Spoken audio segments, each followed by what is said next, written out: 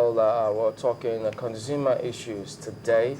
We're joined by by Dukwe Atoke, who is the Director General of Consumer Protection Council. It's the consumer protection rights which we're focusing on this morning. Thank you for coming on today. Thank you. Well, interestingly, the focus is fix our phones right. And one looks at this and wonders, okay, this has got to do with the International Consumer Rights Agency. Give us a background to all of this. What is this focus about?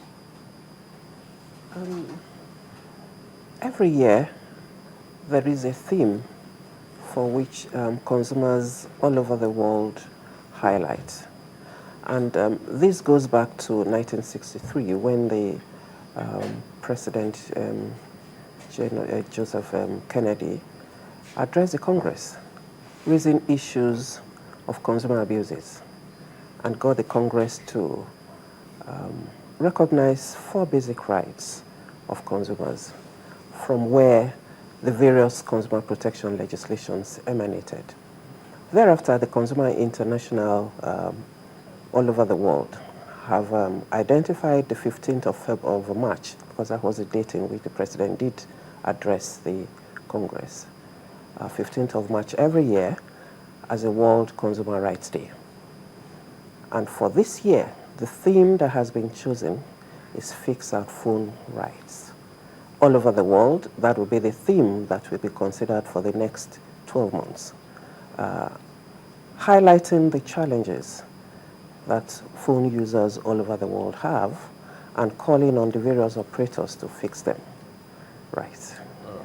Quite interesting, because I imagine that if they were to begin to send you the comments in terms of the challenge they have with their phones, there will be so many of them. But what kind of issues are you expecting to address with this theme in Nigeria? I think there are myriads of them. Okay. The phone use and all the appendages of the telecom system is one of the areas where there is gross consumer abuse. Particularly that the phone base is such that almost every Nigerian has a phone, at least one. The information we have is that all the phone base have about 122 million subscribers in Nigeria, of a population of over 170 million. And we, as the Consumer Protection Council, have been inundated with complaints on the various issues of phones. And we have articulated these complaints resulting from poor network service, out of which comes the issue of truncated calls, challenge in putting your calls through. You have, and which results to drop calls sometimes. We have unsolicited services, messages, telemarketing. We have challenges with automated sign-in services, where you can opt out and you are charged for services that you really don't want. We have issues concerning the internet as well, poor internet service.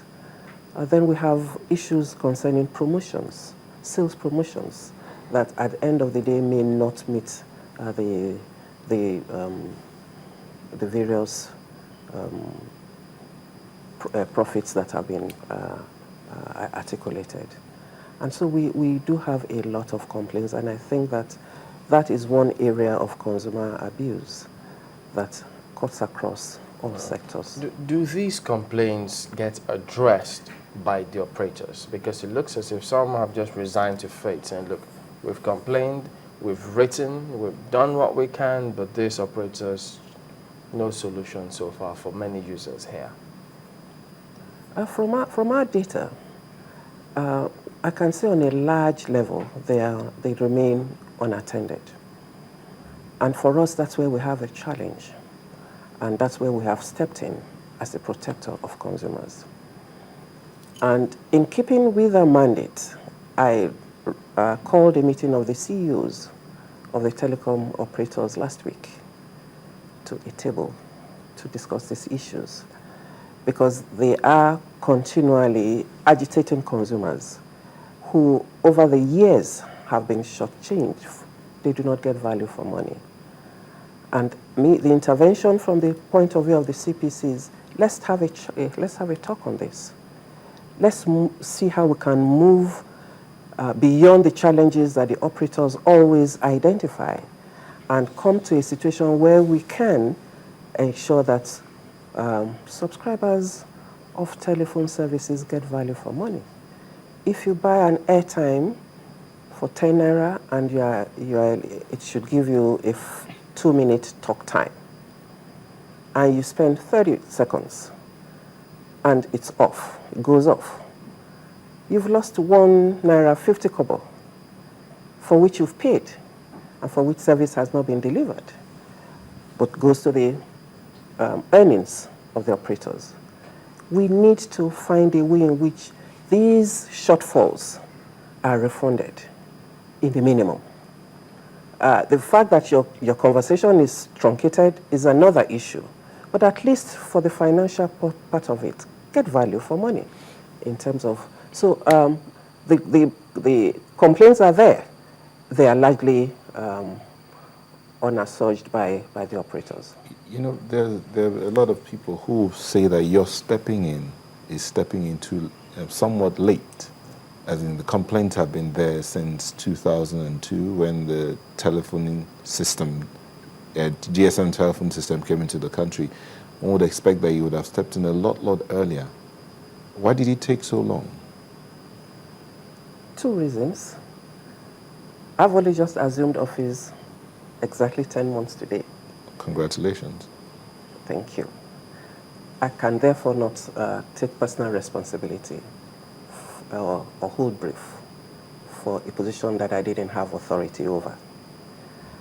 I do agree that something should have been done prior to now, but I can't speak for the past administration. But I can speak for where I am at now. And since assuming office, I have taken a deliberate effort to look at the myriad of consumer abuse, not only in the telecom sector. It's overwhelming when you look at all the challenges, all the consumer abuses. And my strategy is at the assumption of office is to first of all do a survey of the visibility of the council. Do people know the CPC? Do people use the CPC? Are they happy with the results? And if not, what do we do? That was my starting point, because I can't come into an organization and begin to do what when I don't have a base to start. And the survey revealed quite sadly that the CPC is not well known, and obviously the services are not used. But some of them who do use the services, we have some 50% success rate.